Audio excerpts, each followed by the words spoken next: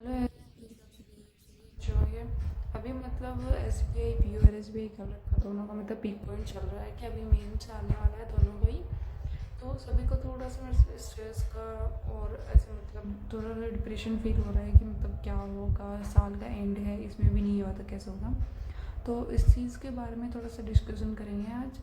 तो उससे पहले करते हैं आज के दिन की शुरुआत। तो सबसे पहले मैंने देखना स्टार्ट किया था आज करंट अफेयर की जो क्लास है ना अभिजीत सर की, उससे स्टार्ट किया था। हमेशा मैं नॉर्मली उसी से स्टार्ट करती हूँ और इसको 2x की स्पीड पे देख लेती हूँ, क्योंकि फिर बाद में मुझे पीडीएफ से रिवीजन करना होता है। इसमें ये होता है कि जो जो मेन बातें होती हैं ना सर वो बता देते हैं, उनको मैं थोड़ा सा नोट कर लेती हूँ कि रिवीजन करो ना, तब थोड़ा सा मुझे ईजी हो जाएगा वो चीज़। और उसके बाद जब शाम को MCQs की क्लास होती है सर की 9 बजे के अप्रॉक्स होती है अकेडमी पे स्पेशल पे, तो मैं वहाँ से फिर उसका रिवीजन कर लेती हूँ। अब थोड़ा मतलब मॉडरेट लेवल आने लग गया उस पर, क्योंकि पहले जो होता था वन लाइनर क्वेश्चन आ गया, उसमें से 4 ऑप्शन दे दिए, हमें सेलेक्ट करके बताना होता था।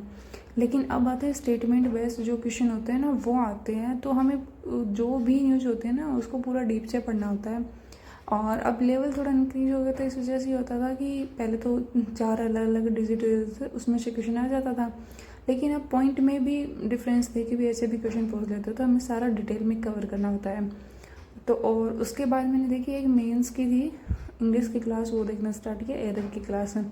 इसमें सर रिवीजन करवा रहे थे पहले की, मैंने ये क्लास पहले भी देख ली थी, मतलब सारे मोस्ट क्वेश्चन वो रिपीटेड थे। लेकिन थोड़ा सा ये बेनिफिट हो जाता है कि अब हमें सिर्फ रिवीजन ही करना है, नया कुछ भी नहीं पढ़ना है। तो मतलब बेनिफिट वाली क्लास थी ये, कि सारे जो भी मतलब एरर वाले क्वेश्चन थे ना वो थोड़ा उनका रिवीजन हो गया, इसलिए मैंने थोड़ा थोड़ा जल्दी जल्दी इसको देख लिया। मोस्टली क्वेश्चन मेरे सही हो गए थे, बट कुछ कुछ क्वेश्चन में होता कि मुझे याद नहीं आ रहा था कि इसमें क्या एरर था, या फिर मतलब पढ़ने से समझ नहीं आ रहा था कि सेंटेंस में क्या एरर है। तो उसके लिए मैंने ये क्लास जल्दी जल्दी देख ली। उसके बाद सर ने एक छोटी सी क्लास लगाई हुई है, उसमें रूल दे रखे हैं ग्रामर के, वो देखी, क्योंकि मेरे कुछ थे रूल जो स्किप हो रहे थे माइंड से, कि मतलब मुझे याद नहीं आ रहे थे कि जब मैं सेंटेंस पढ़ रहे थे उस टाइम पे। तो मैंने एक बार थोड़ा सा उस क्लास को दोबारा से देख लिया, ताकि मिस्टेक्स मेरे से हो रही हैं वो एग्ज़ाम टाइम में नहीं हो। तो मोस्टली यही होता है कि हम एग्ज़ाम टाइम में ये सोचते हैं ये भी कवर कर लेंगे, ये भी पढ़ लेंगे, ये तो रह ही गया। तो इस चीज़ पे थोड़ा सा ध्यान नहीं दें, इस चीज़ को अवॉइड करें। आपने अब तक जो पढ़ा है ना वो इनफ है उस चीज़ के लिए, एक पेपर को क्वालिफाई करने के लिए। तो सिर्फ उसी को रीड करें और उसी का बार बार रिविज़न करें, उसी से आपका पेपर क्लियर हो जाएगा। कुछ भी नया पढ़ोगे तो जो पढ़ा है वो भी भूल जाओगे।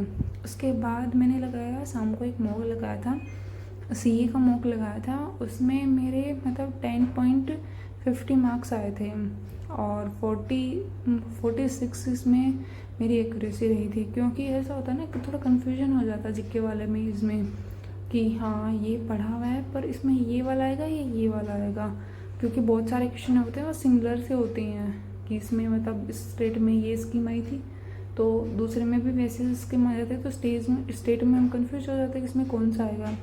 इस वजह से मेरे काफ़ी सारे क्वेश्चन गलत हो गए। अप्रोक्स मुझे मतलब उसमें से 5 से 6 क्वेश्चन आते थे जो मेरे गलत हो गए इसी चक्कर में, क्योंकि वही 2 अलग अलग में आए हुए थे और ऑप्शन भी थोड़े सिमिलर से आते हैं, मतलब ऐसे नहीं है कि मतलब आप बिल्कुल ही डिफरेंट दे दिए, सिमिलर से आते हैं, तो वो कन्फ्यूजन ज़्यादा हो जाता है। तो इसलिए मुझे थोड़ा था कि एक बार जाने से पहले एक बार थोड़ा थोड़ा रिविजन और कर लेंगी मैं, तो थोड़ा और बेटर कर पाऊँगी। तो अभी चल रही है अभिजीत सर की फरवरी मंथ की जो MCQs की क्लास चल रही है ना, उससे रिवीजन कर रही हूँ मैं पहले ही, थोड़ा थोड़ा बहुत तो उससे रिवीजन हो जाएगा, थोड़ा क्वेश्चंस वगैरह का आइडिया हो जाएगा मुझे। इसमें मेरी 30 परसेंटाइल आई थी, मतलब ठीक थी, मतलब कम थी बट फिर भी चलो इम्प्रूव कर हो जाएगा इसमें तो, क्योंकि अभी मैं रिविज़न कर रही हूँ, रिविज़न से थोड़ा बेनिफिट हो जाता है।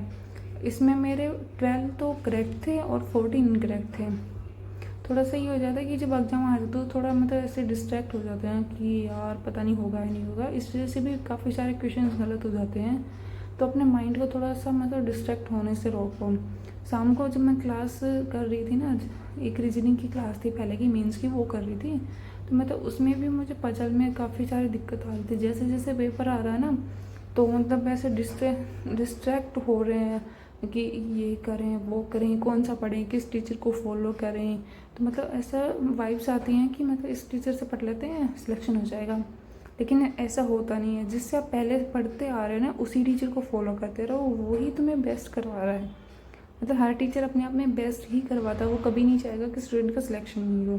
तो इस चीज़ को अपने माइंड से ही निकाल दो कि मेरा सिलेक्शन नहीं होगा, ये टीचर अच्छा नहीं पढ़ाता, सभी अच्छा पढ़ाते हैं। सिर्फ उनकी जो बातें हैं उनको फॉलो करते रहो उस चीज़ के लिए। और स्ट्रेस नहीं लेना किसी भी चीज़ का कि मेरा सिलेक्शन नहीं होगा तो क्या होगा, कुछ नहीं होगा। सब मतलब आपको सपोर्ट करते हैं, फैमिली भी आपकी सपोर्ट में होती है, सब अच्छा ही होता है। तो यही नहीं है कि मेरा नहीं हुआ उस चीज़ का स्ट्रेस लेके आप होने वाले पेपर को में भी मतलब फेल हो जाते हैं। तो इस चीज़ का ज़रूर ध्यान रखें, बिल्कुल भी स्ट्रेस नहीं लेना है, अच्छे से पढ़ाई करनी है। जितना आपने पढ़ा है वो इनफ है, बस उसी का रिवीजन करते रहो, आपका सिलेक्शन कंफर्म हो जाएगा उस चीज़ में। अगर कभी ये फ़ील हो ना कि मुझे स्ट्रेस फ़ील हो रहा है, तो एक बार अपनी फैमिली से बात करके ज़रूर देखना। मतलब इतना रिलैक्स फ़ील होता है, अपनी फैमिली से बात करके पूरा स्ट्रेस दूर हो जाता है कि हाँ, अगर मेरा नहीं हुआ तो मेरी फैमिली मेरे साथ खड़ी है। तो मतलब अपना बेस्ट दो और स्ट्रेस बिल्कुल भी मत लो। तो आज का ऐसा रहा मेरा आज का दिन। Thank you for watching.